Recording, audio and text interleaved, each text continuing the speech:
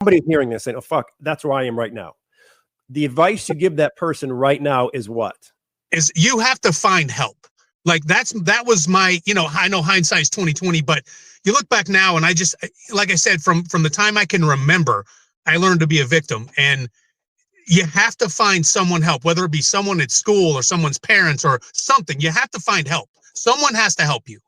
My mother, and I know it's again cliche, but it was just the fear was in us so bad of, being beat up, abused, hurt, killed, or whatever. And it just didn't happen. So someone has to find help somewhere. I don't know if that made sense or not. But. No, that's exactly the answer I was looking for. Now you got to bring it even more simpler. Who at that point do you wish you would have reached out to? You know what? I used to be, there's a lot of times where I didn't go home and after school I'd go to someone's house and I was that close, but I was so afraid that if somebody said something that I would get abused or my mother would take the brunt of it or both of us. So, I mean, just that's who I wish I would have reached out to was confide in someone's parents or a teacher or my friend's parents or a teacher or something. Mm-hmm.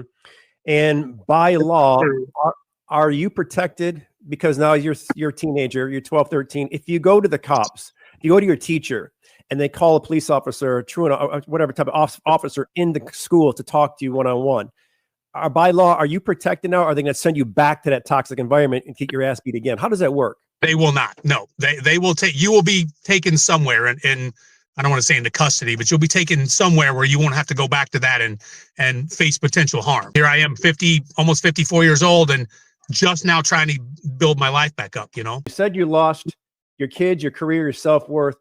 What moment do you think that hit you the hardest, Donald? It's kind of hard to talk about, so you're gonna have to bear with me if you don't mind. It was just things like that, and I lost a marriage, and then it trickled down to where I fell into depression again. I was homeless 3 times in a 5-year span. I lost my relationship with my kids.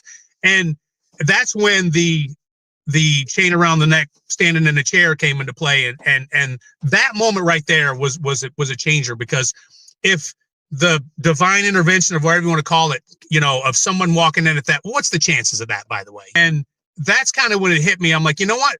I'm supposed to be here, and that was, rebuilding my life after that, someone walking in and essentially saving my life is when it kind of hit me. And I said, you know what? I'm supposed to be here. I'm worth something. And God forbid, what would my kids have went through if that would have happened,